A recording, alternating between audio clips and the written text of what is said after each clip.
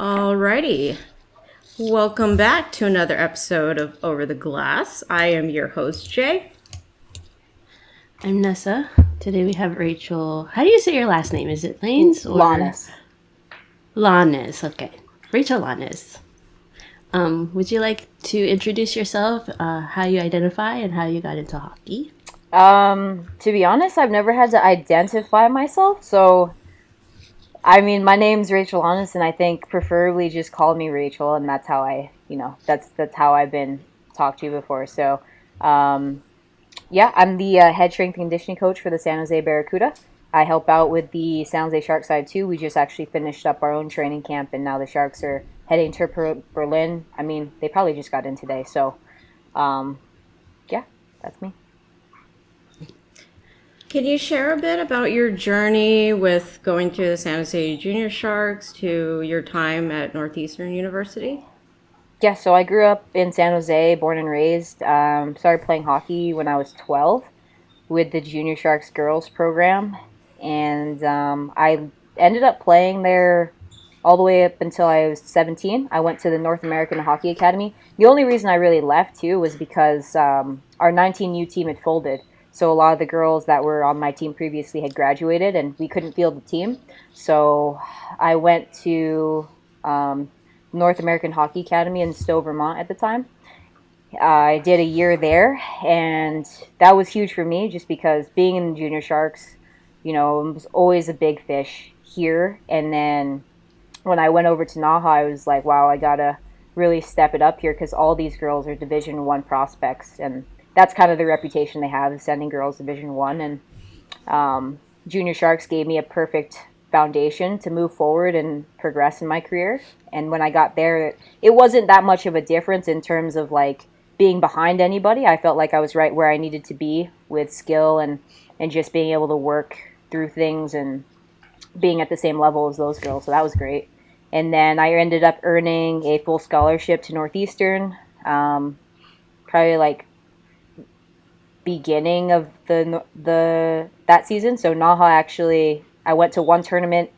I remember talking to a bunch of coaches right after that tournament, and Northeastern happened to be one of them, and I ended up committing maybe a couple months later.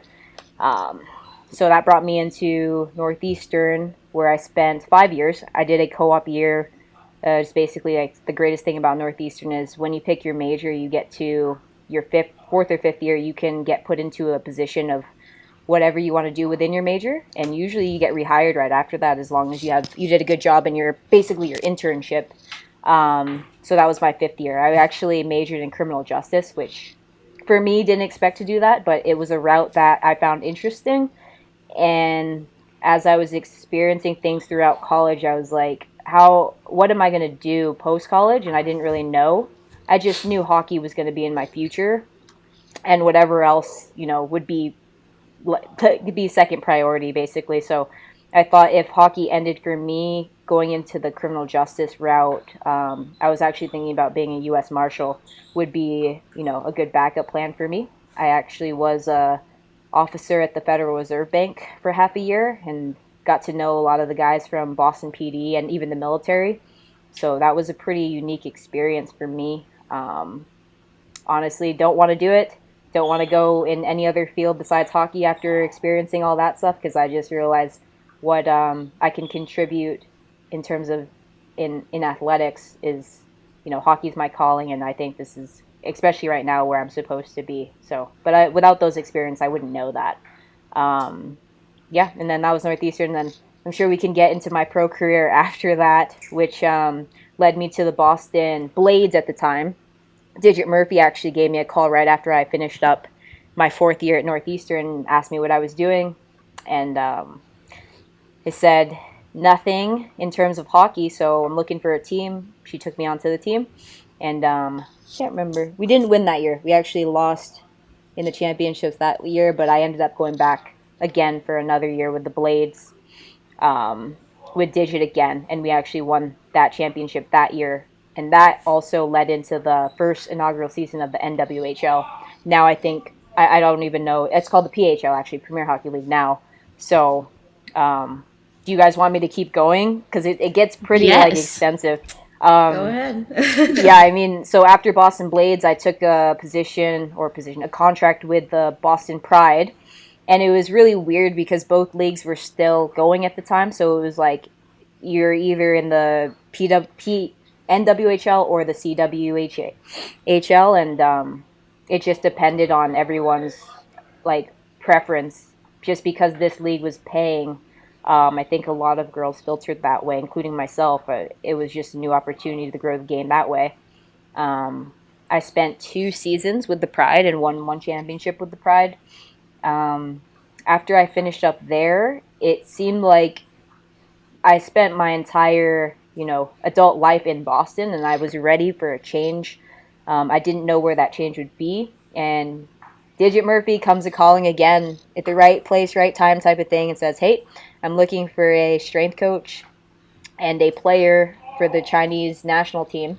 And I was like, "Well, that's great because I do both." And she's just like, "Well, yeah, I think you're the person who can definitely manage 2 jobs at once, and here's this opportunity to come live and work in China with the Chinese national team." So I believe that was 2017. So I left Boston and I headed to China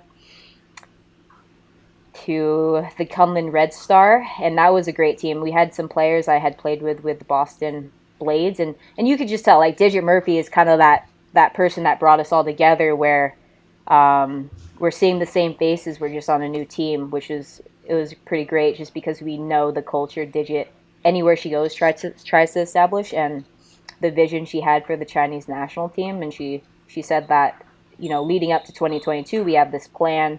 Um, to instill, Digit's methods and her culture and how she treats her athletes, and how me and our other North Americans as sports ambassadors are going to influence, the Chinese national players. So basically, every North American who went there that year is an ambassador, and we helped the Chinese in our own ways. So some people mentored them in terms of nutrition, even the off-ice stuff too, and then just on-ice skills. We had our own player, and we would mentor, one or two of them. Like it was pretty neat how the setup was there. And then obviously for me, I was a player and a strength coach at the time. Unfortunately, as the years went on, Digit was removed from her position. We got new coaches every year, which as a player, it's tough because I went through all 5 years. I think I was the only player to actually do all 5 years without missing any games, or any parts of the season. And now this is my first year away from that whole thing, which again, not my choice in terms of like I would have been there this year if not for some things going on over there. Because right now the team's based out of Russia, so I think just learning from experience. I was the strength coach for the last 4 years with the Kunlun Red Star, leading up to the 2022 Olympics. And then with this year, with the circumstances overseas, I was offered a position, I was given the opportunity to interview for the Barracuda, and I didn't hesitate. And when I was offered the position, I didn't hesitate either. I knew that this was the next step for me, and now I'm here. Now I'm here training boys instead of my own teammates, and should say boys, men. But it's awesome. It's funny how every experience just leads you to where you're supposed to be, as long as you keep an open mind and you're ready for the next opportunity. And I know that just being in China and Russia and North America the last 5 years, just kind of floating around and doing my own thing and staying in my own lane. Everything I had to run into, every challenge has just prepared me so much for being here, because here I'm not, it's so fun. Like I wake up every day and I'm just like super happy to get to the rink and prepare to, help these guys get to that NHL level, and, at the same time, teach them some lessons and hopefully some habits that'll stick with them when they eventually maintain their status as professionals. That's so inspirational. One of the questions that I had as you were chatting about all that is, I mean, we hear a lot from the men's side of the sport. They go through, the different tiers, and then they go into junior, and then they go through the OHL, the WHL, and all that stuff. So we're fairly familiar with like the pipeline most men will go through to pursue professional hockey. But your journey, one of my questions about that is how unique or common is that in comparison to the other women that you've played with? It's a lot more pressure, I think, on the men's side because there are so many more men's players aiming to be on obviously NHL teams. Again, it's a learning curve for me too. I didn't really understand where the players are coming from and how it works in terms of transactions from AHL to NHL to even ECHL. I'm learning that as I go, but yeah, I think the stress for sure and what I'm experiencing now is like it's so cutthroat at this level that in women's hockey, because there's not many leagues and there's not many women, especially like when you look at caliber, there's definitely different calibers of players in professional leagues. Like you expect professional league everyone to be top to bottom, like A, B players. In women's hockey, it's just not like that. There's A, B, C, D players, and the D players are there maybe because they can own a specific role. And they have some intangibles that a coach just can't pass up. Where in men's hockey, you can make any player what they need to be to fit a role, as long as, and for them, it's like they're gonna do it to stay on the team. Where in women's hockey, if you don't have the skill, coaches are gonna find a way to utilize you, hopefully. So in that sense, like for me, I've always been a pretty, like if I were to rank them, there's like the Olympic level athletes and then right below it is that professional level. And honestly, there's a fine line between those pro players and into the Olympics. It's just a matter of, are you given that opportunity? And what country are you able to represent? And then below that, you have people who obviously can't play full time because there's no such thing for women's hockey. There's no such thing as a full-time professional women's hockey player. For me, fortunately, in Russia, there is. Like, we're getting paid full-time money. We're just, we're not in North America, which is just the downside to things. But you deal with it because you're able to pursue your career in hockey. So, as for stress, though, like, these guys, like, have just finished training camp, and you get used to seeing them at the Sharks level, and you think they do so well, and then they get sent down and sent back up, and you're just like, ow. Like, and for a guy to have to deal with that mentally is, I'm trying to be kind of that bridge where it's like, I don't want to see you again. So how can we both basically figure out an action plan to where if you get called up, you're not coming back down? And that's where my job is right now. Every man I encounter at the CUDA level, I want to give them all the tools they need to be that successful pro. Because in the women's game, I was able to find it. I think if you look through my resume, I'm the first person to win in all three leagues. WHL is the Russian league, CWHL was the Canadian Women's Hockey League, and the NWHL, now the PHL. I've been able to find success at each level, and I had hardships in each level as my first year being a third line forward, not expecting that at all. Because at Northeastern, I was playing on a top line with Kendall Coyne, and all of a sudden you go to pro hockey and you're a third line behind players who've been there. They've just put in the time, and they're there. So I could definitely take my own experiences and help these guys out, just in the way of how, even if you look at my stature, like, I'm not tall. I'm always the shortest kid on the team, and like, you have to find things that are going to set you apart, and I call them my intangibles. Like, no one's going to be able to do one thing or another better than me, and that to a coach, like, you're not going to pass that up. So basically, I just got to help these guys find their intangibles, because I don't want them to think that, they're replaceable. I want them to know that I'm going to do this the best of my ability.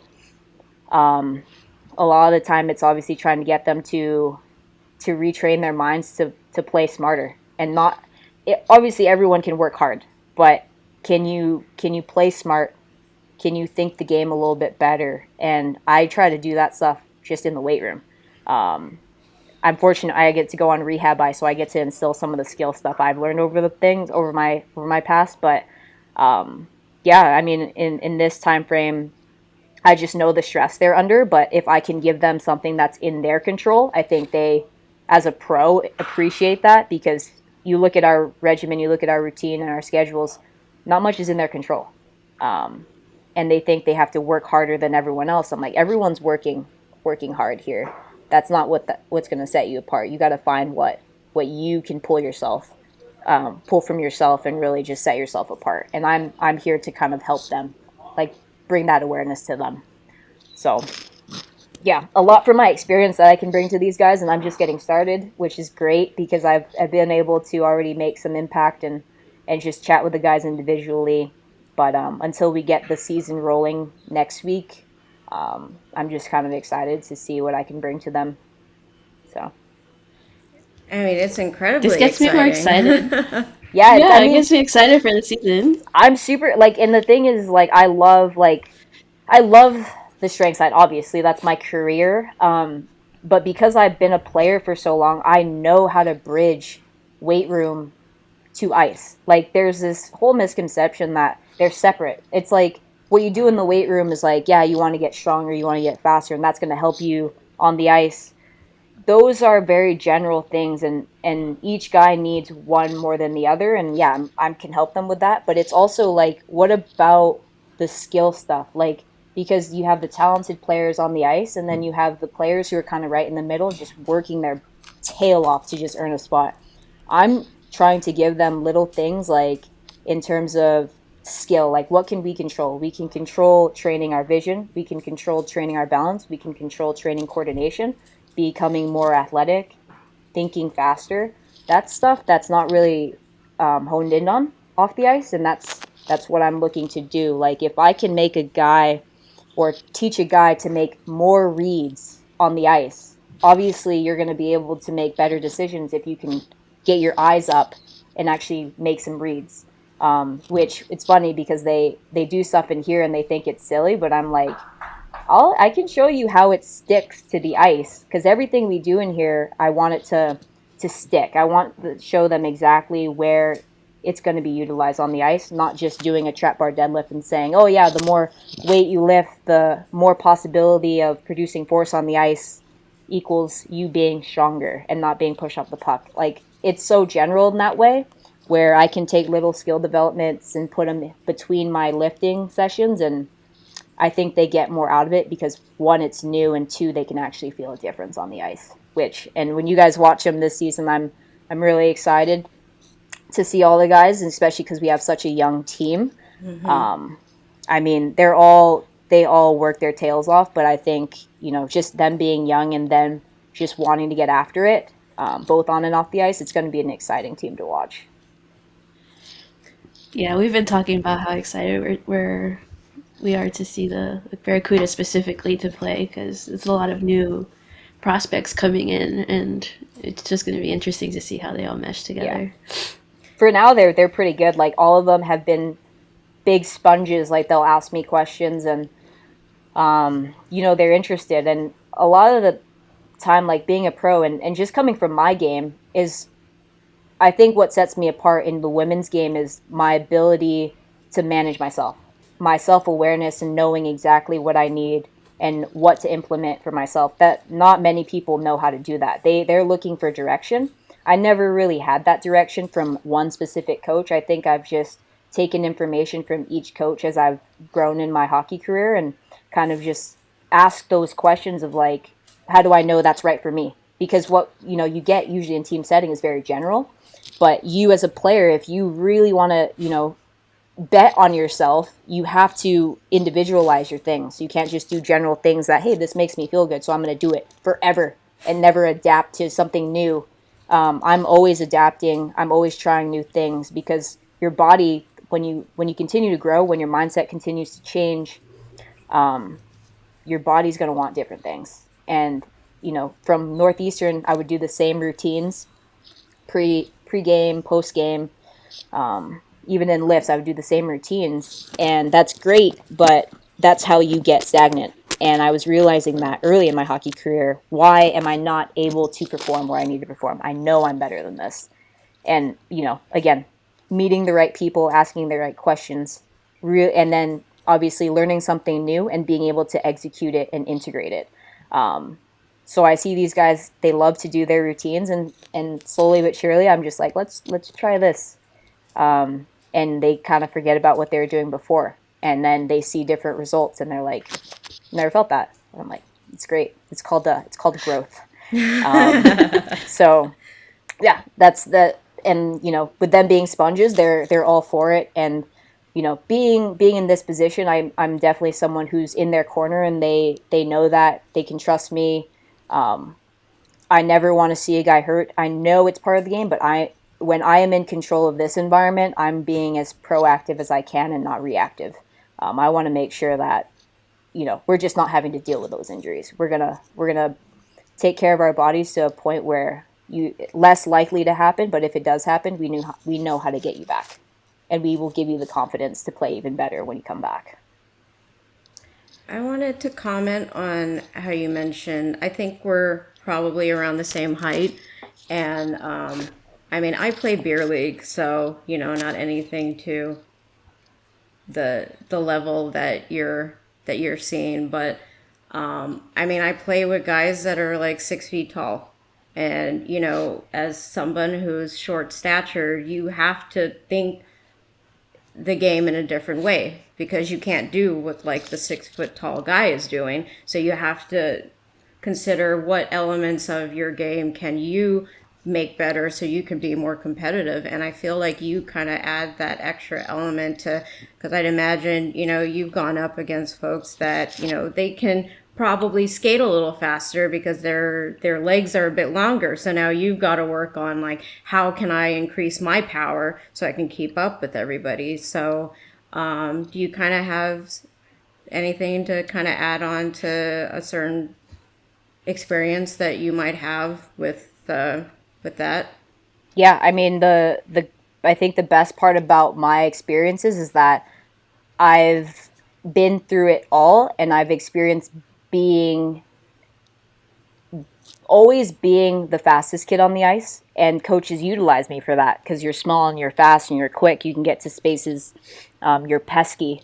And the one thing was, it was always like, oh, but we got to make sure you're strong enough. And I never knew, like, you tell a player to get stronger, what does that even mean? To me, now I know it means, can you, whatever you lift in the weight room, can you produce that same force in vulnerable positions? If you're in any position on the ice, which you're always vulnerable. You're always going to be looking to take a hit, looking to give a hit, receiving passes under pressure, receiving passes through traffic and shooting and all that stuff. Can you produce the same force when you're given context? So like for me, when I was at Northeastern, it was always me and Coiner, like Kendall Coyne, just 1 and 2 in all the strength tests, in all the speed tests, on and off the ice.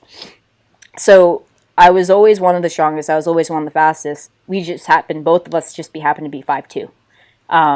And you can just tell the players who are smaller always work on strength, speed, because you need to have those things. Where now the taller players don't necessarily focus on it because they already have it. They already can handle themselves on the ice. So it's a huge advantage, I think, for everyone to obviously round out their abilities in terms of strength, power, speed.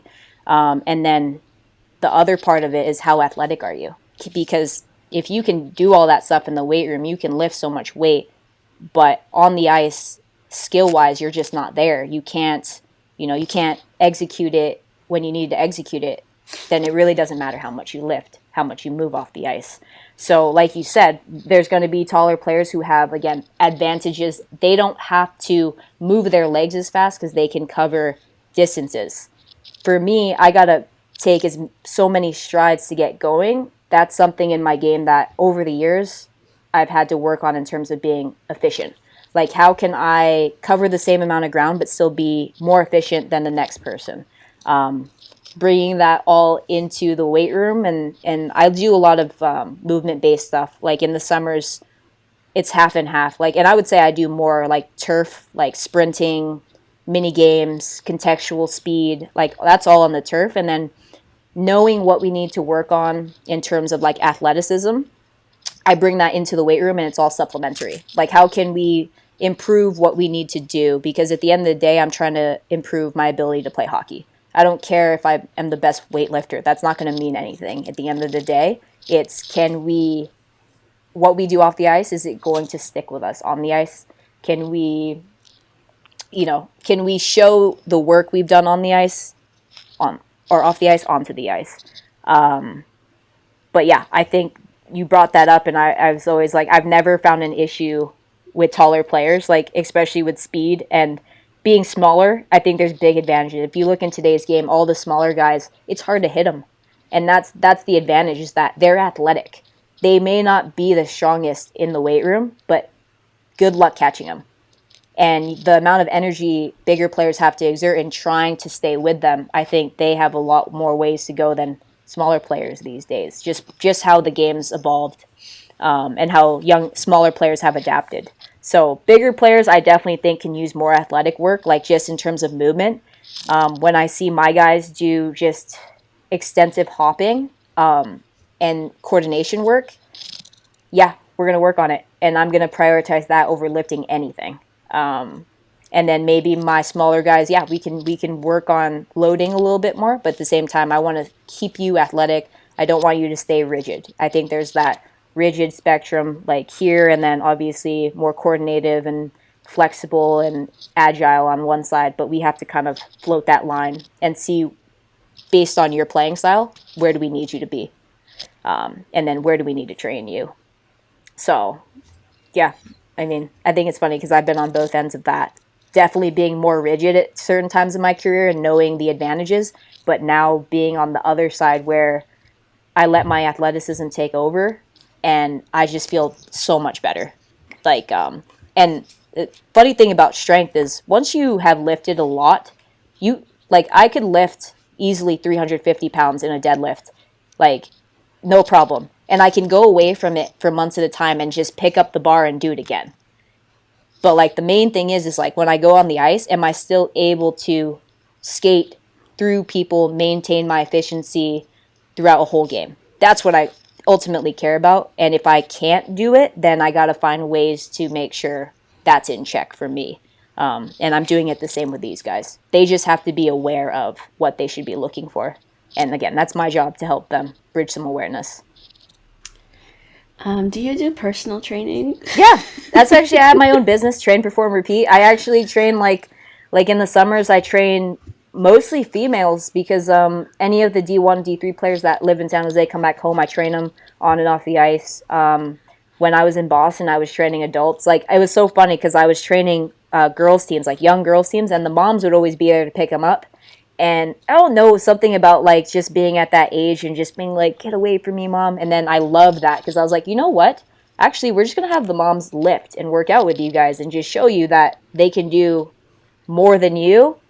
And that for them to see that, like I had girls and their moms kind of training at the same time, and that mutual respect came through, and they appreciate, like the daughters would appreciate their moms because they don't think their moms can do it, right?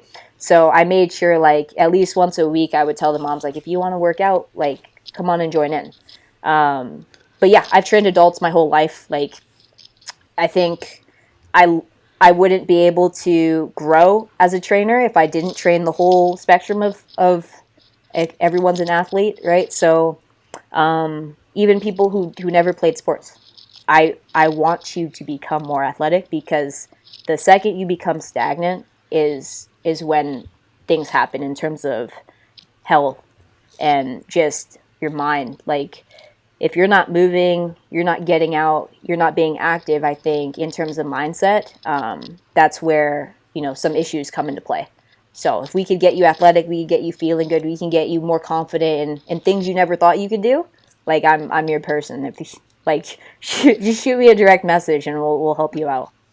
Nessa's gonna send it right after this, I think. I don't know. I need help right now. Yeah, no, I have my cousin's probably, and I hope she watches this, because she had her wedding last year, and she messaged me 3.5 months before the wedding.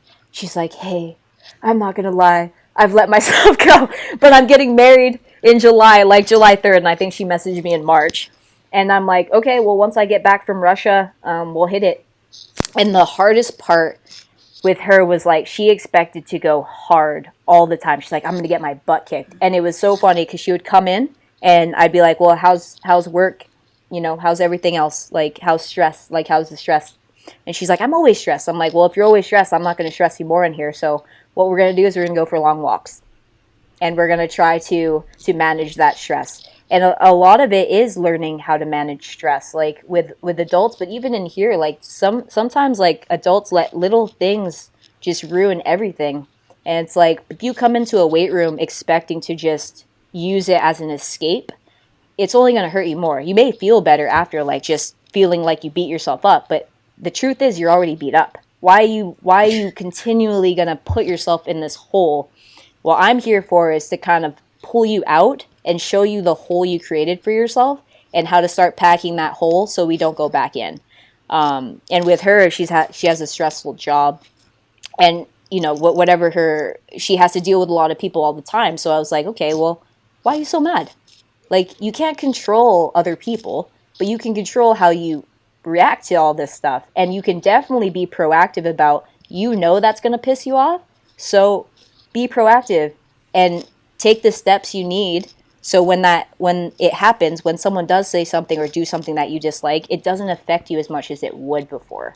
And then now when you come into the gym, you come in with an empty mind, and you're not thinking about, oh my God, I have to get all this done. You're thinking about what's on the agenda today. Like, how can I get better in here today? Because the more crap you bring into the weight room, like, you won't be able to take much out of the weight room. You're just going to add more to that hole. So with my cousin, it was a lot of slow cooking, and I think these guys are going to get used to something new, because it's all slow cooking. It's incorporating things they've never done before, or even if they've done it before, not my way. And we're going to do it my way continually to a point where it's like, oh my God, we're doing this so much, like, well, it's the same stuff. And I'm like, yes, it's the same stuff, but if you're doing it the right way, we can progress. If you're not going to stick to the process and just do the right thing the first time, we're going to keep doing it. And with my adult sessions, it's the same thing. Like with her, I want to lift something heavy. You haven't earned it. But I can do it. You haven't earned it. You're not ready for it. And I think with adults, that step back and just bringing more awareness to their body and just how they manage stress, and even if they manage stress at all, right? They just like how would you say you manage stress? Like, if you're stressed out through whatever bothered you that day, you're probably either going to go sleep, you're going to go drink something, you're going to go do something to get your mind off things. I teach you how to attack those stressors. And again, like I said, I like using the word proactive, is just that I know it's going to happen. So how can I fight it before it even happens? That's the battle. And then once you can manage stress, then we can get some work done. I love this approach. Yeah. I'm not familiar with a lot of athletes, professional athletes or anything. And so I don't really know what goes behind closed doors. Like for hockey, I only see the product on the ice, right? I don't know what happens in training or anything like that. So in my head, it's always just a bunch of dudes lifting weights trying to one up each other, you know? Yeah, no, yeah. If you came in and watched my sessions, the first thing the guys like they get a bag session and like they got bagged on the ice. And I know this because I'm watching the practice, 1, and 2, I know their baseline heart rates. So if we have really good like software here where I know when they're overreaching, like when they're doing too much, and on the ice, it's going to happen. It just happens. This is hockey. Especially in the beginning of the season, we tend to load the guys because they're fresh. They come into the weight room, they expect like, oh, we're going to get bagged in here too. And I tell them like, what do you want to do? And like, what do you mean? I'm like, well, you just had a hard session.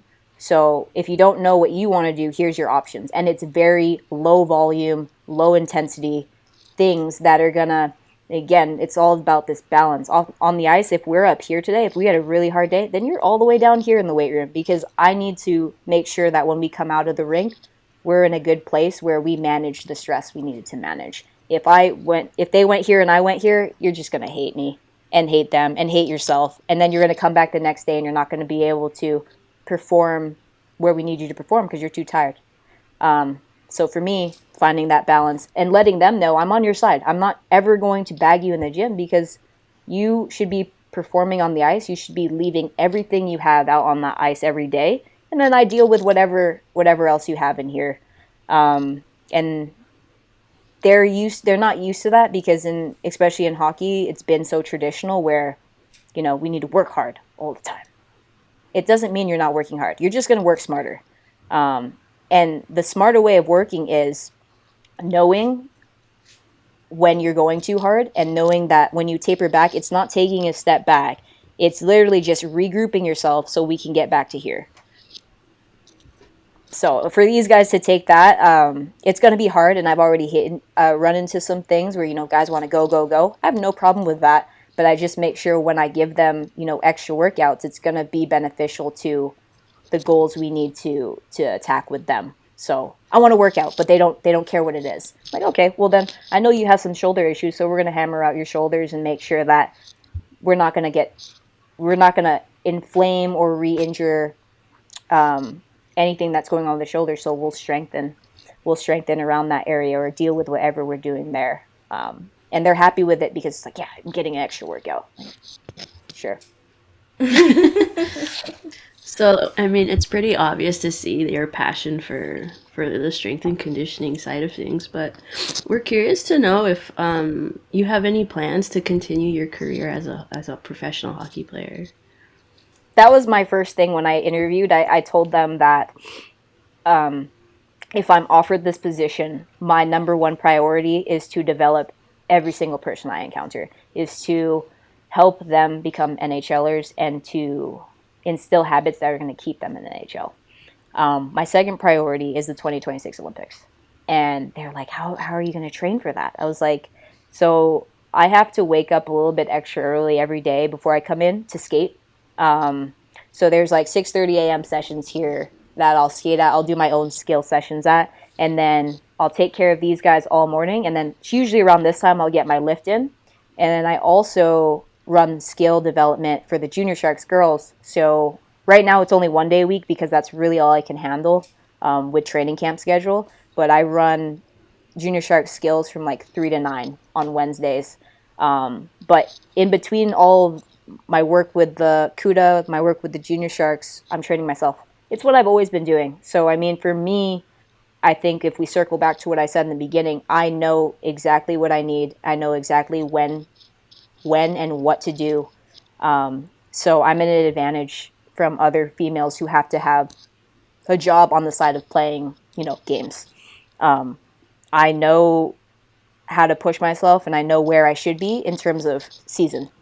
So this is a little bit different because I'm obviously not playing in a league, but it helps because, and we'll go over, a lot of the mental stuff I had to go through last year training for the Olympic year. I had a lot of things happen last year that, I've never had to deal with my entire life. And those were reality checks for me in the summer where, should I go back? Am I in the right mind? Like, do I have the right mindset to go back? Because I know mentally, any hockey player can put themselves through anything. But is it the right thing to do? And I had to go back and forth with myself because in my head, I'm like, I'm a hockey player. That's what I'm meant to be. It's not who I am, but it is what I am meant to do. And it was so hard to take a step back and say, okay, I can't go play this year because I haven't dealt with a lot of emotional things that had happened to me leading up to the Olympics. And now I get to stay home with my family. I get to be in one spot and have a support system here. And on top of that, when you think about it, you have a structured system and you have support. My training is just only going to help me get better because when you're in Russia, I'm not going to lie, it's such a grind there, especially food-wise. I take care of my body so well off-season because I know what's going to happen when we go back to Russia in terms of the food, in terms of the environment. A lot of things are not in your control.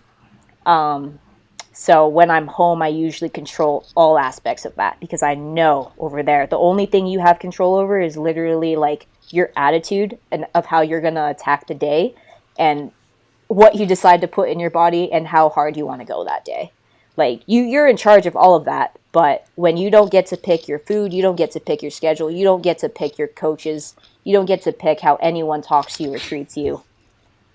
And again, you don't get to pick how your teammates react to stress as well. So a lot of that being around my teammates is like everyone's stressed, everyone expresses it differently, and we're a team. Like we tend to trend towards each other, so it's hard to stay positive when most of the team is just down in the dirt. And especially as the strength coach, I think what people don't realize, being a player and a strength coach, is super hard just because they see you as a teammate all the time. And then all of a sudden I just put the strength coach hat on, and then I expect them to see me as the trainer. I've been fortunate to have super open-minded teammates and just like trying to get them to trust me from day one, and just talk to them like, hey, like I trust that you know what you need, but I'm here if you for anything. And they trust what I'm giving them. And then also just the emotional part, like I know exactly how we're all feeling. We're all going through the same thing. We just, again, for me, I'm an onion. Like you wouldn't know what I was going through. And then other people, exactly what they're going through. So having individual conversations with all of them and just making sure like what we do today needs to be beneficial. It has to help us get better, because at the end of the day, February, we have to be ready to go. So what can we do every single day to make sure I can help your day be better? And and then for me, them not knowing what I was going through, and it was a lot. Like, so going through the Olympics and seeing all that hard work and all that effort, just like all the sacrifice I've made my entire life, just kind of unfold at the Olympic Games. It was all worth it. But then coming home and having to deal with reality, I was just like, oh, I should probably take a step back. This opportunity opened up for me, and I was like, wow, I mean, it is all time and place, but especially with NHL. If something like this ever opens up, you take it. Especially as a female, I don't know any female who's a head strength coach for an AHL team. I don't know any assistants. I don't know any female in the NHL as a strength coach. And when this opened up, I was like, feel like this is where I need to be, and this is also where I can deal with things as a player I've pushed to the side, and now I'm going to deal with them. And hopefully I come out as a better player without actually having to play for a team. So don't worry to all the people who are like, where am I this year with Cumberland Red Star? Like I have, like all my priorities are obviously with the CUDA, but being a strength coach the last, I don't know how many years, I've always had to put me second. And I have no problem doing it again. It's just, I got to make sure I stay on top of what I need to stay on top of, and keep training myself. And it helps because one of my teammates is here this season too, taking a break from the national team. So I have her and we're training together, and it doesn't hurt like getting out on the rehab ice and being able to pass and shoot and skate with some of the guys. So just got to find ways to keep me engaged, and again, getting those high intensity days when I need them to kind of match what I'd be missing in terms of hockey season. But it never hurts to get rest, which I haven't had a lot of in the last 5 years. So, yeah. Maybe you should get some. Well, that's like the best part about it is I wake up and I'm like, okay, I have that set schedule with the guys, and then the rest of the afternoon I can decide what I need to do for myself. And then, being around family, I get time with my family. My mom hasn't seen September Rachel or October Rachel in 12 years. Like, she doesn't know me during this time of the year, and it's just me and her now. So I think for her, just having support as well, because I've never had my family supporting me overseas. It's just been over the phone, and now I get to see September mom, and it's like, I've never seen you 7 months out of the year. I don't know what this looks like, but she's the same person. It's just nice to be around each other a lot more. For sure. Yeah. So that kind of makes me want to scoot on over to our next section. As you know, one of the reasons we wanted to have you on is because this month is Filipino American Heritage Month. And I myself am half Filipino, half Chinese. And can you tell us what it means to grow up as Asian American? Oh my gosh. Well, I just think that fortunate because this rank in itself has more Asians than like any other race. It's kind of crazy. Like everyone is either like Japanese, Chinese, Filipino, like some mixed blood in there, which is awesome. So growing up, um, like I never felt out of place in this sport. I felt like there was always Asians around.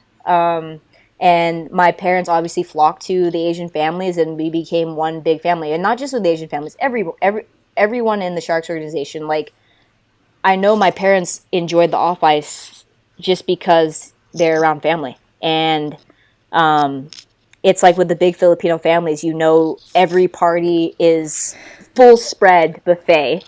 Um, and I only get to see that during Christmas. Like I would only really come home during Christmas time and like summertime. So like I would get my fix on all this food. And now I'm like, I can't do this like all the time. Like every month, you know, Filipinos just want to find an excuse to It's party. a lot of food that's not good for you. Right. They But just it's want to so find good. a reason. They're like, oh, Yeah. oh, It's Friday. Eric's Yeah, let's off. celebrate. Eric's off work today. Let's celebrate. It's like Yeah. it's like let's have a barbecue, and it's like oh my gosh, okay. And then we just everyone's birthday, like hey, you know, and it's awesome though because I've never been very close with my family because again they only see me 4 months out of the year, maybe 3 months out of the year. So now I have godchildren that I've never spent time with, and I get to take them to the rink. We can go skate. We can do anything. I can influence them, and, share my experiences with them. And just being part of, obviously, the big Filipino family. Everyone has your back. It's just so funny because I'm always away, but it's like I never leave when you see them again, which is awesome. So, big traditional, like, Filipino side. Both my parents have Filipino heritage. My mom came from the Philippines, I think, when she was in high school. My dad was born and raised here, but both parents came. So again, both blue collar workers, and instilled that work ethic in me, but also loyalty, trust, and family. Those have always been a big part of me, which is great now because now I can actually experience my family more than once a year. And then in terms of sport, like I said, like I've never felt out of place. It was funny during my college recruiting process.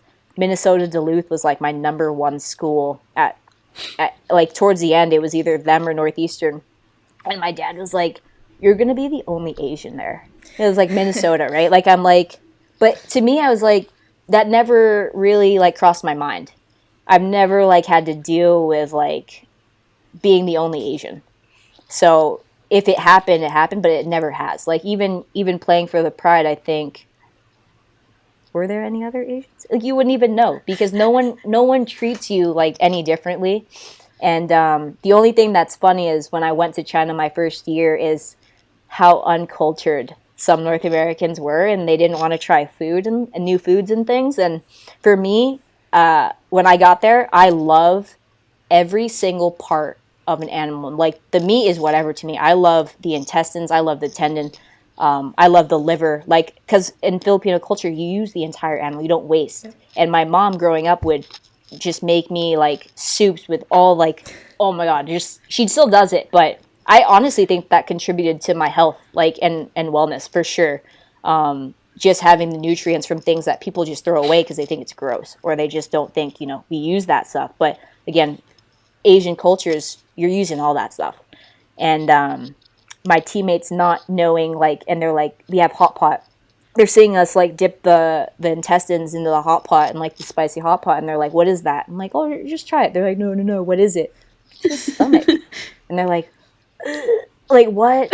But it's like, but you need to try it. And I think trying to get my teammates to be like that is a pretty neat experience just to see it from my side. And then I actually visited the Philippines to train the Philippine national team for a week.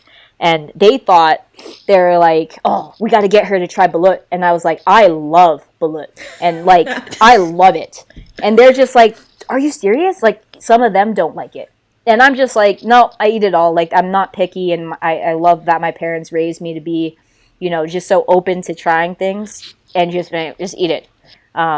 So definitely that side of me because you see other people and they just don't want to try. They're so picky about things. I'm like, man, you're missing out on a lot. But Asian culture for sure, like you're gonna be eating that stuff, which is great. And even my teammate makes like a lot of Chinese dishes that have a lot of carryover with like Filipino dishes, which is pretty awesome. Just like the way it's cooked and just the dishes themselves are very similar. Just the spices and the flavors might be a little bit off, but and then obviously the desserts are, you can't beat the Filipino desserts. So that's something I've been very like weary of being home, because again, when I'm in Russia, you're eating the same thing every single day. Like the worst food I could eat is like potato chips. Like, and I ate a lot of potato chips. Like there are just days where I needed some potato chips. But you know, you don't have access, so when I come home, I'm like, okay, I want to go to Goldilocks and get some of this stuff. And my mom's actually not big on dessert, but she knows some really good places that I just get some stuff from, and I just try not to die. So, yeah. You What mind would you say sharing is- your favorite yeah. dessert? Oh, it's gotta be. I think there's two ways to say it. The carioca. It's the Yes. ball, the dough ball with brown sugar. That with coffee. And it's super simple, but like whenever I go to Goldilocks, it's always sold out. And I'm just like, so I should probably learn how to make it. But that is probably my favorite. There's one other dessert, and I think it's a Chinese dessert, but it's like it's a tapioca, like coconut milk with tapioca and like grass jelly and all that stuff. I don't know what it's called, but I'm pretty sure it might be Taiwanese, to be honest. With mango and like mochi and all that stuff. Like, Oh man, that's now I'm really gonna good. need to get some after this. Oh yeah, well, my teammates learned how to make a lot of this stuff. Like the other day, she made mochi balls with fresh fruit inside, and like I remember having that from Hong Kong, and that was like, it's just dangerous. Because like with mochi, and I'm sure you guys know with mochi, you can't overdo it because you're definitely not going to be happy the next couple days. So Yeah, Those I are literally just bought deadly some, little like, treats. mochi donuts. I have to stay So away good. from those too. I go over to it's like a French bakery. They started making the mochi donuts, but like the really doughy ones. And like I'm super simple. Like just throw a little bit of coconut sugar on it, and that's it for me. Like I'm very basic. I don't like a lot of sugar. That's the thing. It's like if you were to watch what I eat, it's pretty boring. And then you look at the desserts, and it's like very low sugar. I just enough. And one of my girls that I train is a baker, and she makes unbelievable sweets because she knows like I'm healthy. So she's like, yeah, it's just sweet enough. And that's her business, called Just Sweet Enough. So when she comes home in the summer, I have her make like these pandan mochi muffins. Like, ugh, they're so good. Yeah. Oh, I that get sounds spoiled so by my good. kids. Yeah, I hope she listens to this because she spoils me for sure. Because like she'll just bring over random things, and I'm like, oh my goodness. We'll have But, to tag her. Listen to this. No, she will for sure. But yeah, definitely fortunate because I have kids who can bake and can make anything if you ask them to, and they're always willing to do it because they love it. But it's awesome. Yeah. Yeah, when you were mentioning how folks are a little weary, like I was telling a friend, a mutual friend of ours, born and raised in San Jose, and he really hadn't eaten any Filipino food. I mean, outside of like lumpia, everyone's had lumpia, but as a family environment that Filipinos like to have, you want to share with folks. And I took him out to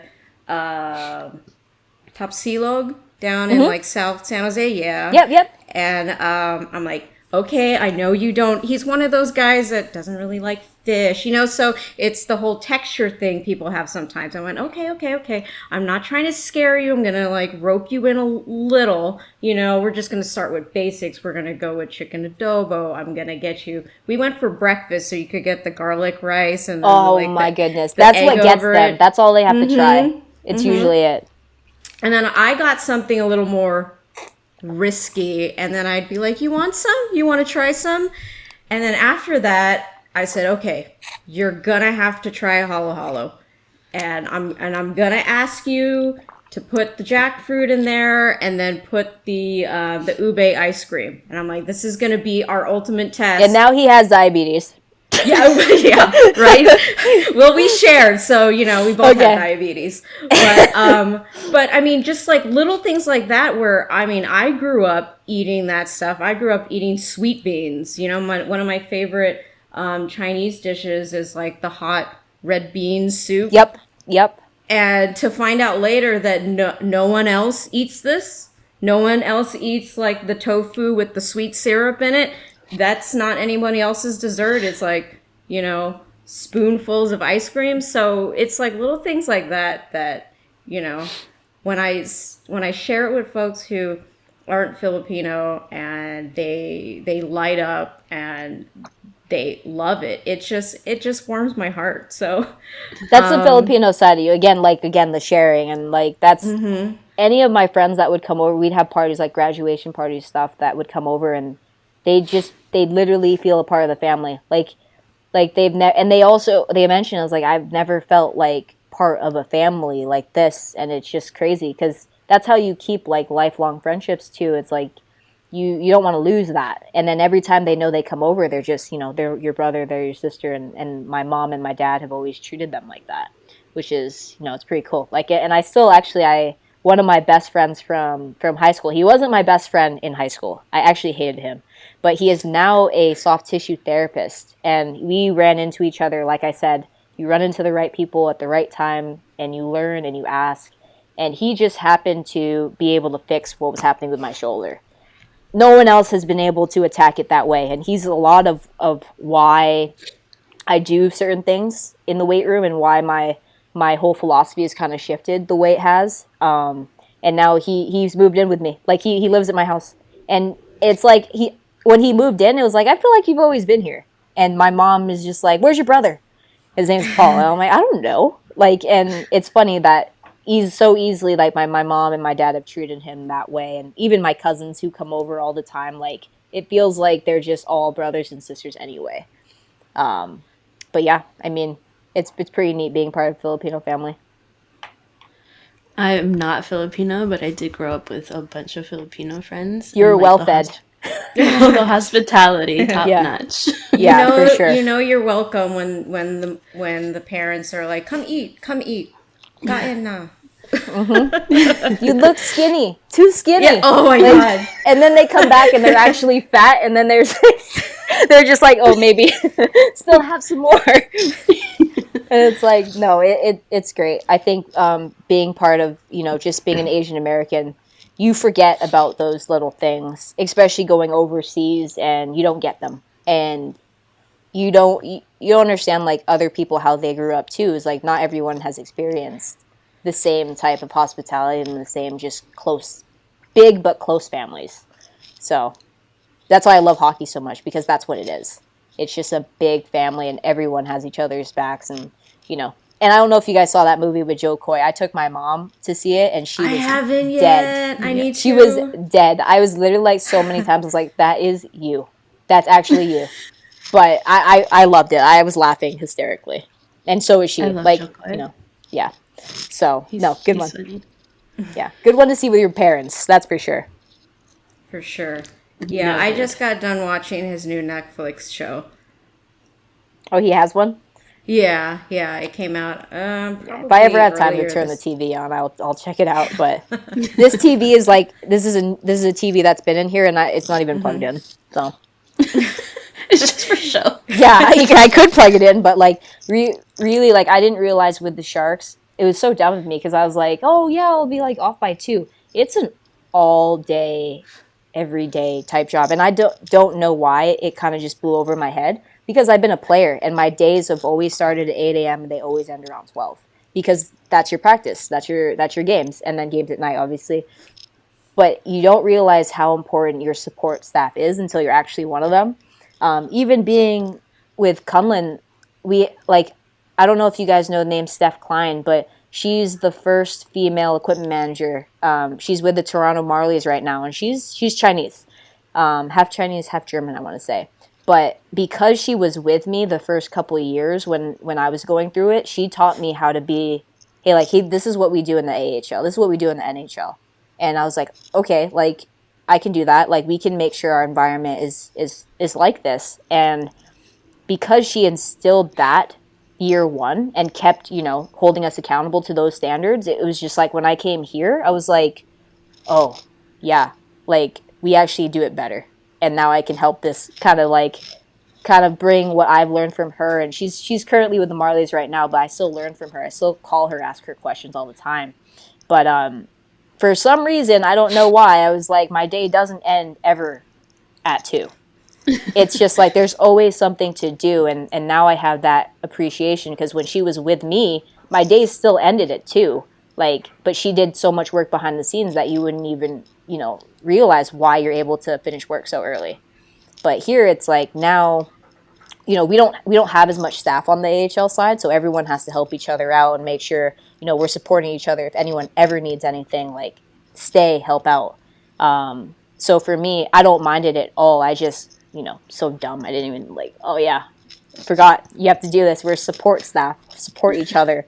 So we have our first road game on Friday, so I'm really looking forward to it, because I know from playing how chaotic it was. I just kind of excited to just dive into it and see any differences, or if they go smoother here, and I hope it does, but we'll see. Rooting for you. Yeah. Those are the things I live for now. So should we transition? Yeah, let's move on to fun questions. Can you tell us about your corgi? My Bodhi, my corgi's name's Bodhi. He's a burnt corgi, Pembroke, so he's got no tail. He's got a cute little nub. He's got a heart-shaped butt. And this is a lot of the stuff, and I don't mind ever talking about it, because I think it's always good to talk about the hardships you've had to go through. But I lost my first corgi, Titan, last September, mid-September, when I was in Russia. I was devastated. I was like, when you don't expect it, and he was like my boy, like your best friend. And I wasn't here for it, which was, I couldn't come home. I was like, and I can't come home for 7 more months. So, of course, my mom, my dad were devastated too. And I was like, oh my God, I don't know what to do. And I looked online, like a month later, I was starting to look online, because I was like, I can't come home and deal with, not having my corgi. And I looked online, and it always ends up being the right person at the right time. And I looked at different breeders, and this breeder reached out because she heard from, down the grapevine, hey, I heard you're looking for, a toasted male corgi. And I was like, yeah, I am. And she's like, we just had, a litter, and we'll keep an eye out for you. And I called her, and I told her, hey, this was my old corgi and what had happened.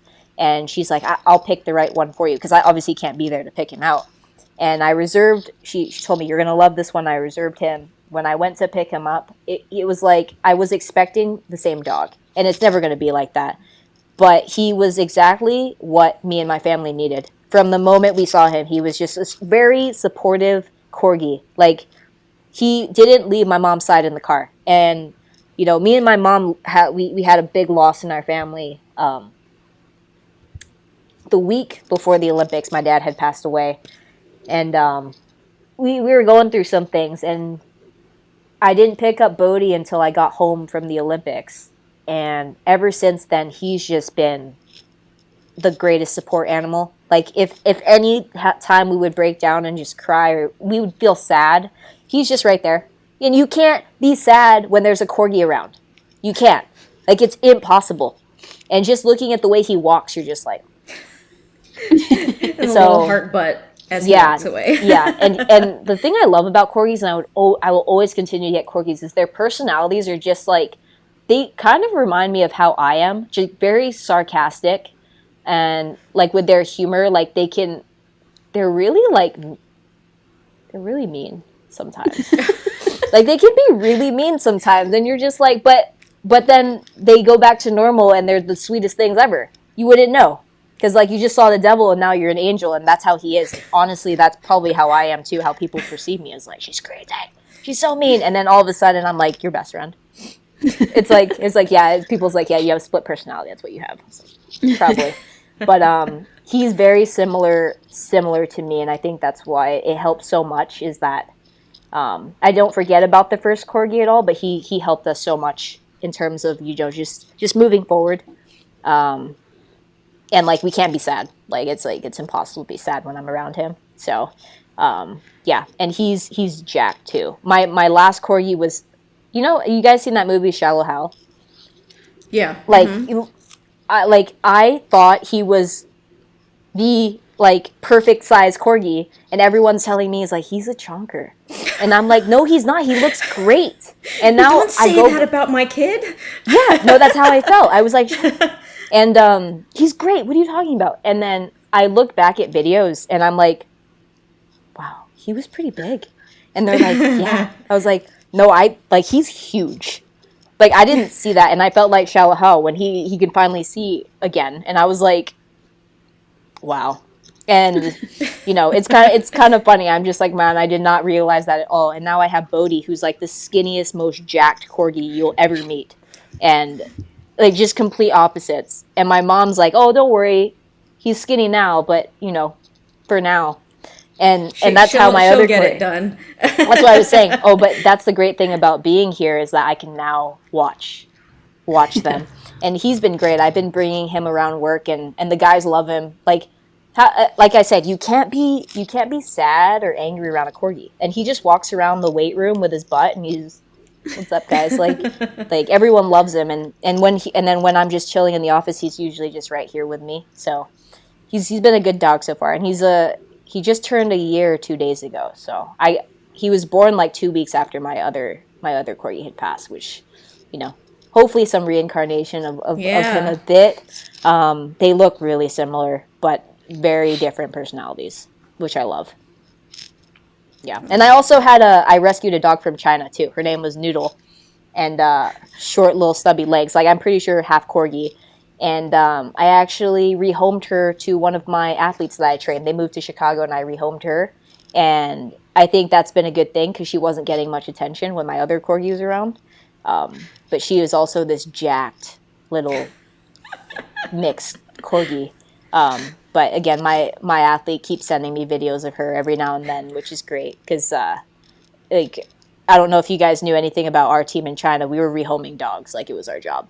Like, we would find them on the street, and we would try to rehome them. We took, like, every year we would have a batch of dogs we would take home and rehome. And in Russia, one of my teammates actually rehomed a couple dogs too. So, yeah. Big dog lovers, animal lovers. Animal rescue / hockey players. Yeah, we don't have anything else to do. Like I said, our day ends at 12. You add that to your resume. Yeah, I should. But I always thought, like, one day I would, like, own a ranch, like, with one of my teammates, or maybe more of them, and just, like, kind of have a rescue going. Of all corgis. Could still do it. People don't throw corgis on the street, though. You're not going to see anyone throw corgis out on the street. Yeah.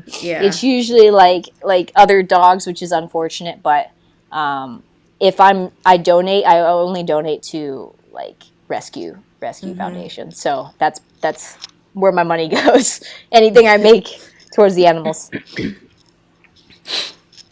Okay, next question. Do you currently have a favorite show you're watching? Oh wait, you don't watch. I don't watch much, but I watched All American when I was in Russia. That was, like, pretty much the only show. Yeah, I'm pretty boring. Like, I don't really follow anything except for hockey. Yeah, I mean, you're in the right company. That's my day to day. Yeah, hockey, yeah, hockey. Yeah. No shows. Actually, Bridgerton.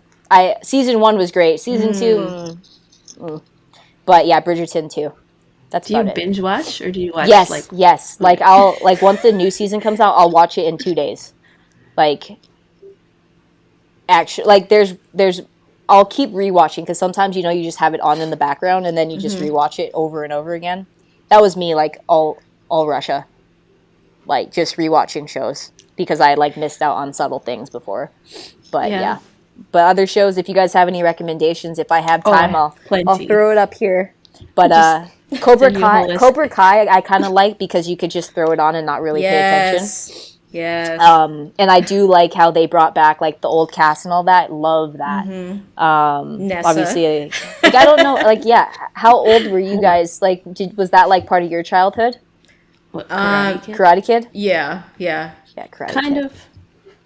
Yeah, I'm 31, so I don't know where you guys are on that. I'm a bit older. I'm just about your age. Yeah. I'm 30. Yeah, so, yeah, Karate Kid for sure. But, yeah, I think that's it. Sometimes I, like, rewatch old episodes of Pokemon. Love it. Yeah. If I'm I was just really gonna bored. ask you, like, do you like cartoons, like animated shows? Yeah, Pokemon, that's about it. When I was growing up, I liked Beyblade, I liked Yu-Gi-Oh! I think that's it, though. And then when I started playing hockey, I never looked at a TV unless I was watching hockey games. And then in Russia, if my teammates would just be like, "Oh, did you see this?" And I was like, "Okay, I guess I'll binge watch, just to stay part of the social circle." But that's about it.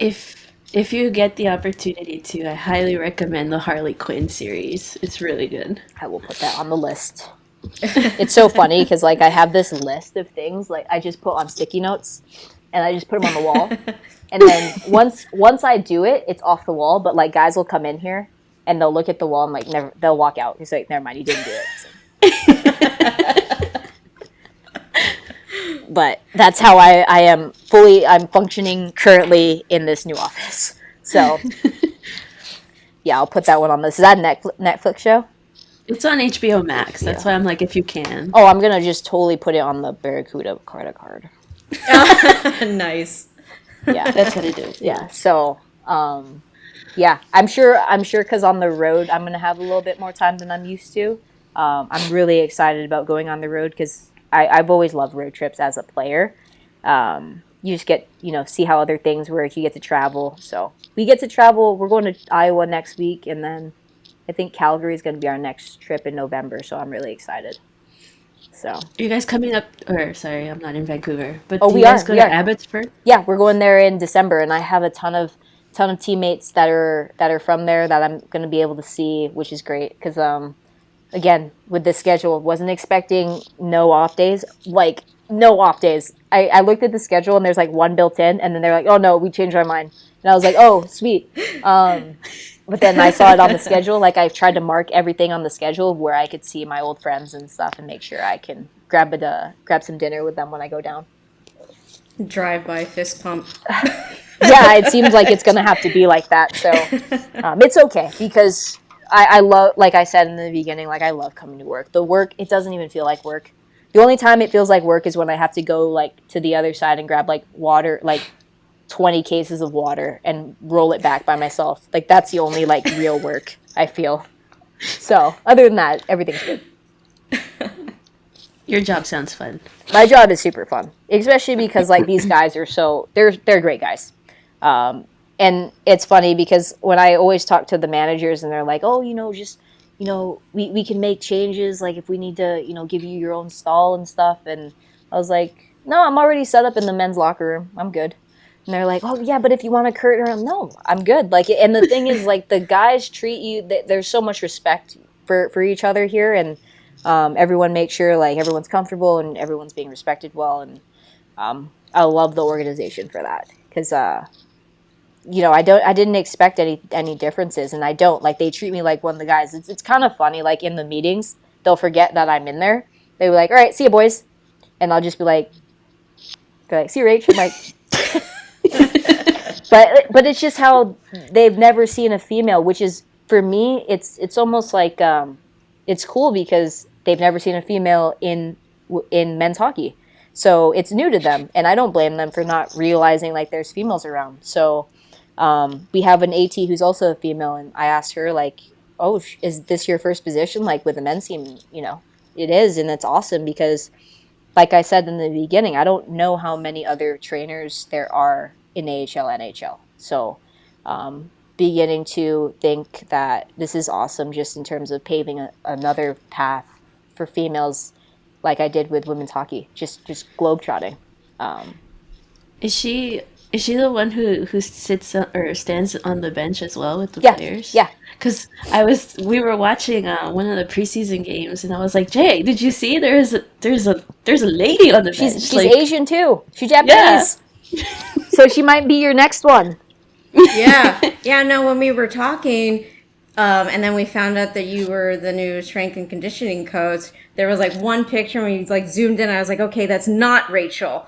who is that other person? So, I mean, you know, coming at it from being Asian American, and I mean, yeah, there's pockets of spaces where, you know, like you said, you never felt like you were, there were other Asians around, so you never felt like you stuck out and whatever. But, you know, in some instances, like when I was growing up, and I think it was around the 2006 Olympics or something like that, that was the first time I saw Julie Chu on the Team USA. And, you know, coming from my perspective, I home in on that because I'm like, wait, whoa, we're on a hockey team versus, you know, someone who isn't Asian American, or, you know, like hockey being majority like white people, like it doesn't stick out to them. But for me, I'm like, I want to know everything about this person because it, you know, especially, you know, when we asked you if you wanted to come on to the show, because there's so many other things that like we could talk about that I find personally very exciting. Yeah, when you said that, Julie Chu, what really got me into hockey is there was I forgot what it's called. It's an old VHS, but it's about the Canadian '98 Olympic team. And I looked on there, and there was Vicky Sanahara, and I was like, she's Asian. And it was the Canadian team. But I loved that video because it went in depth of, you know, their daily lives and their training. And you just got to know each one of them because they had interviews with each person, and you just saw like, and this is the thing I love about women's hockey, and I wish they did it more, is just insight on, you know, our lives, because not many of us are playing professionally just playing professionally. There's always another side. There's always another job, or there's a family you're raising, something, and being able to see that part of them got me into the game. Like I was like, they're just normal people, but they're, you know, they're Olympians, and they have to do jobs on top of this. They even talked about the money, like just to support, to train is nothing, but they're still able to perform for their country.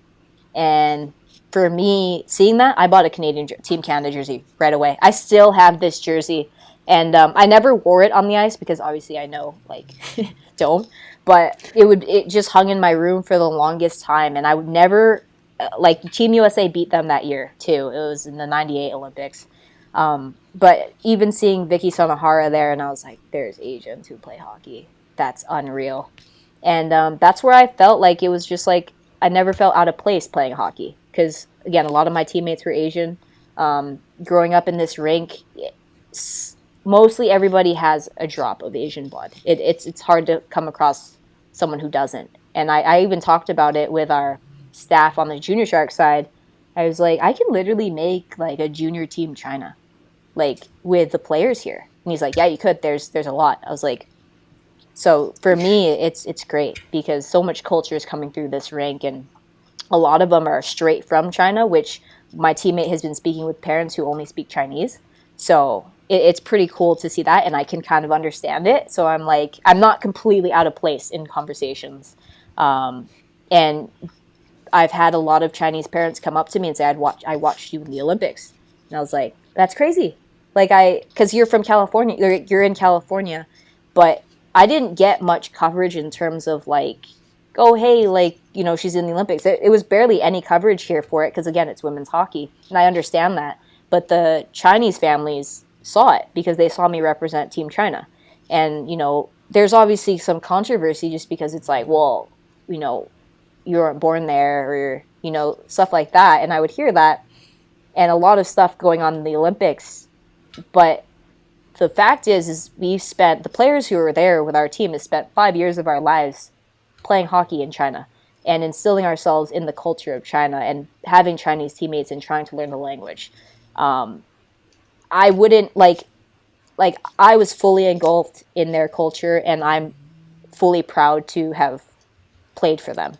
And walking out like as the last team in the opening ceremony, I'll never forget that. That is like, at that point, it didn't matter what team, what country I was representing. It was that you're at the Olympics. You deserve this. And thank you to Team China for giving me the opportunity for this. It wouldn't have happened otherwise. So yeah, I mean, I just have a lot of pride in playing for them, and that's why I want to keep performing for them. We have world championships in Shenzhen next April, and then we have to keep winning in those championships because we just won the last one in Poland that got us out of the B division. So now we're in the A division, and as long as we stay there, we'll be on a good track for 2026. So yeah. So as we close out this episode, I mean, perfect segue from what you mentioned about how, I mean, you were out playing in the Olympics and there wasn't a whole lot of coverage going on. I mean, one of the many reasons me and Nessa came together to start this podcast is because I felt what you had just mentioned. I wanted people to talk about, specifically you and then the broader scope of Team China, because there's folks that need to see themselves, and that's a segue into getting folks into the sport and to grow it, and to not see that, especially since you're born and raised here. I mean, you went through the junior Sharks, and then you had, you know, your adventure through college and then pros, and then now you're at the Olympics. Like, I'm still amazed when we hear anyone coming out of the Bay Area and it's like making it to any of the top pro leagues. So, I mean, it just kind of put a fire under me that I can't wait around to have these stories being told. I need to go out and get the folks in and ask them the questions that I want to ask them, because every time something like that happens, I just think back to childhood Jay, who was trying to see themselves in those spaces. And in my experience, when I got into playing hockey, actually some of my other friends got into getting on the ice too, but they went the figure skating route. Mm-hmm. So, you know, when you're a kid, you just kind of want to have friends, right? But it's like we would have the same sessions, but they're off on the other side of the ice doing figure skating. And I'm over here just trying to make friends with, like, the majority boys who I'm like, I don't have anything in common with you. We're just out here, you know, trying to learn hockey. So, I mean, now it's great to see more of that diversity within. I mean, we're in the Bay Area. It's a no-brainer, but you know, even still, we can grow so much more. But yeah, I mean, I just wanted to say thank you for coming on, because this is kind of in a sense a dream for me to get to ask you the questions that I wanted someone else to ask you. Yeah, I mean,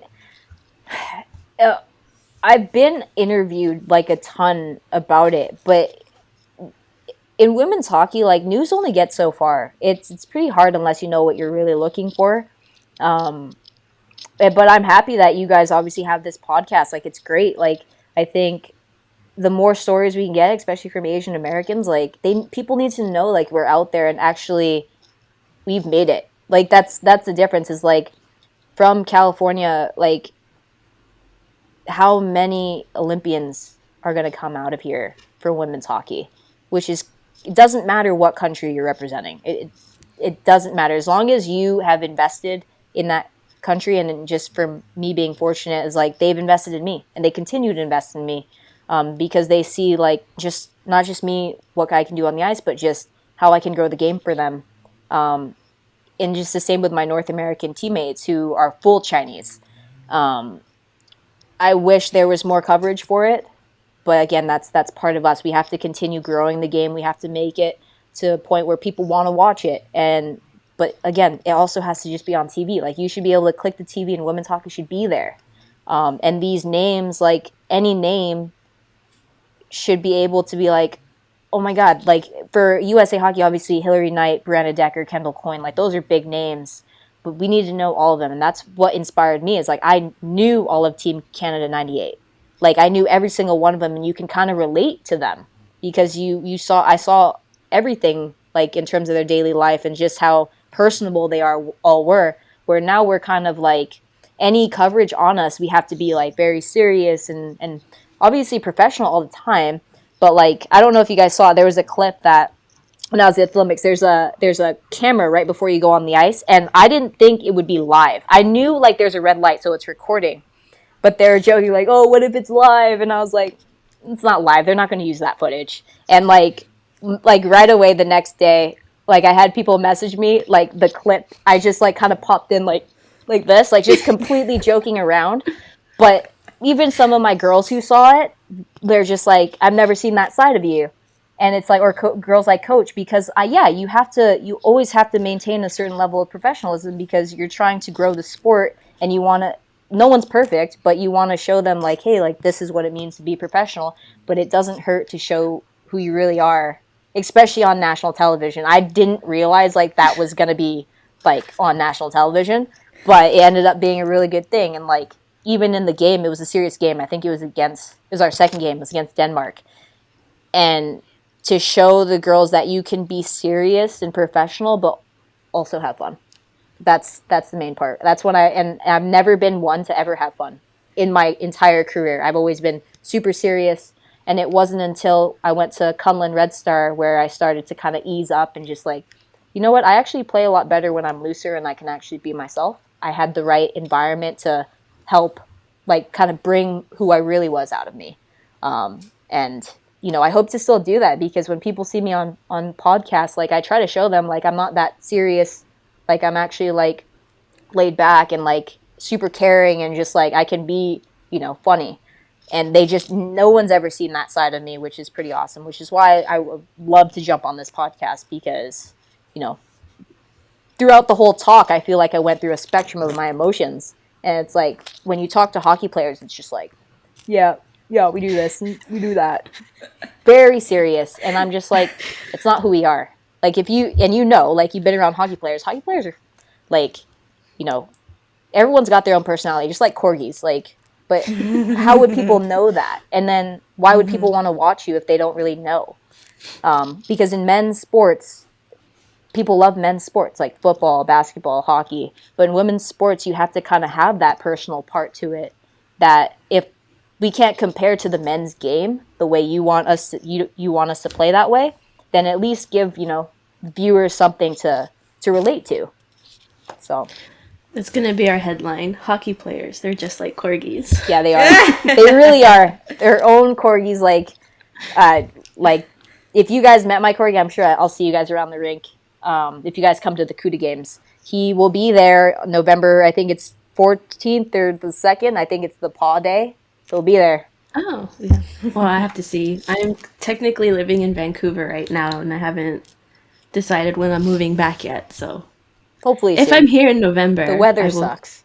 The weather sucks there. I spent almost my entire summer training over in Vancouver. I was helping one of my really good friends run her first camp, try to get that off the ground and going. So I literally was traveling every other week. I was traveling to Vancouver.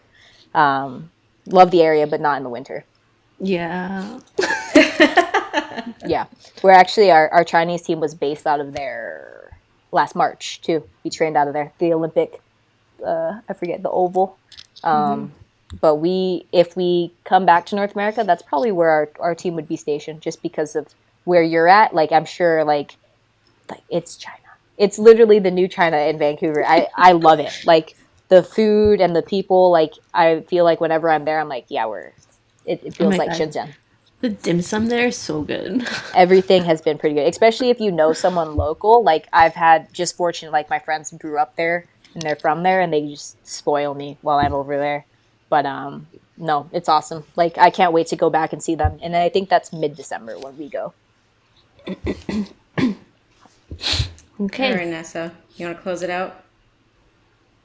I don't. Sure. I mean, okay. Do you have any shout outs you'd like to give off to close out the episode? Shout outs just to my family. I mean, just being there for me, even though I don't get to see them often.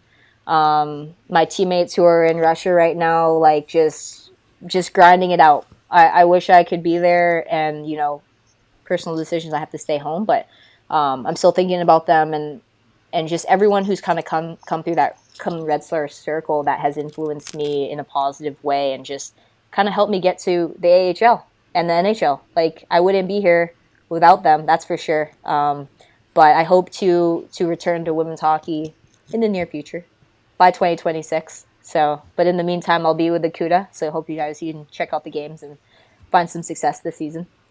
For sure. We're looking forward to it. Well, we're really glad that they picked you up. I mean, it's going to be cool to see you and what you're going to do with the CUDA, whip them into shape. And we'll be rooting for you, hopefully, with the next Olympics coming up. And with that, we'd like to thank Rachel once again for coming on to the podcast. And I am your host, Jay. I'm Nessa. And Thanks we'll for see you joining on the us. next episode. Yeah, no worries. Thank you. Thanks for having me.